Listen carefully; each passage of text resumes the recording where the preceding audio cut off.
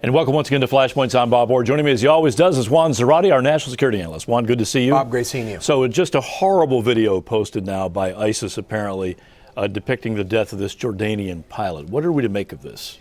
Well, it's horrific, of course. I see what ISIS is trying to do in several ways. One, they're obviously trying to horrify, and they're trying to send a message to those that are engaged in the fight against them, part of the coalition. And in some ways, sending a very special message to the Muslim neighbors like Jordan who are involved. The standard beheading wasn't good enough here. They had to, in some ways, up the ante in terms of the means by which they killed him, and frankly tried to justify it theologically as well.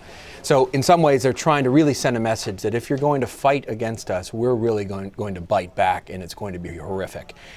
They're trying to inspire as well. They obviously have an ongoing battle for hearts and minds, for recruits as well. So this, in some ways, serves as fodder for some of that recruitment, for some of the radicals who have a bloodlust for some of this. But most importantly, I think we've talked about this, Bob. They see these hostages now as strategic pawns to be able to reach back into the nation's capitals and to affect the debate about what's happening.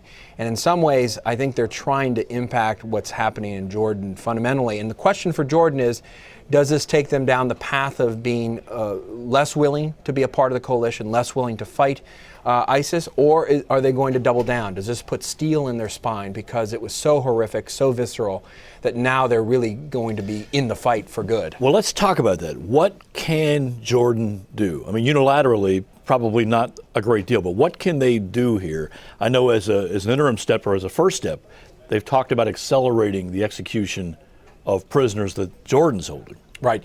You saw this, by the way, with Pakistan after the horrific school attacks, where the Pakistanis lifted the ban and the moratorium on the death penalty. They accelerated some of the executions.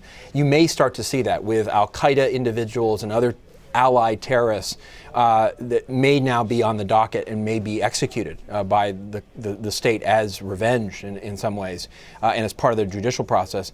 But they could also serve as a much more aggressive and active partner in the coalition. Like what could they do? Give me an example. For example, Jordan's very important in terms of intelligence. There are a lot of tribal ties between Jordan and what happens in the neighboring countries in Syria. And so they could more actively make this a priority for intelligence collection and otherwise, targeteers, spotting key leadership for ISIS, and really doubling down in terms of their collection. They could also just become more active militarily. They could even think about using, heavy artillery, armory, more planes, and doubling down from a military standpoint. And finally, they could really serve as the Arab state driver for the fight against ISIS, galvanizing others to do more, and in some ways being a sympathetic voice in that regard because of what they've just suffered. So they can do more on the intelligence side, they can do more militarily, they can do more to support the entirety of the coalition and to keep it on track as opposed to seeing it dissolve. And as we wrap up, what is your guess? What do you think they do?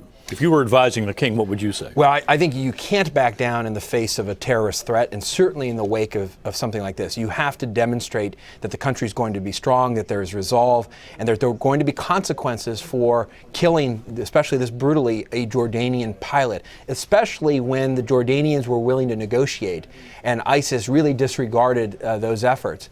And so in some ways, this is the moment, I think, for the king to show his strength, to double down in the fight against ISIS, and to maintain that support, not just for the week or two after this event, but for weeks and months to come, because that's what's going to be needed. A story we'll have to watch. Juan, thanks as always. Brutal to watch.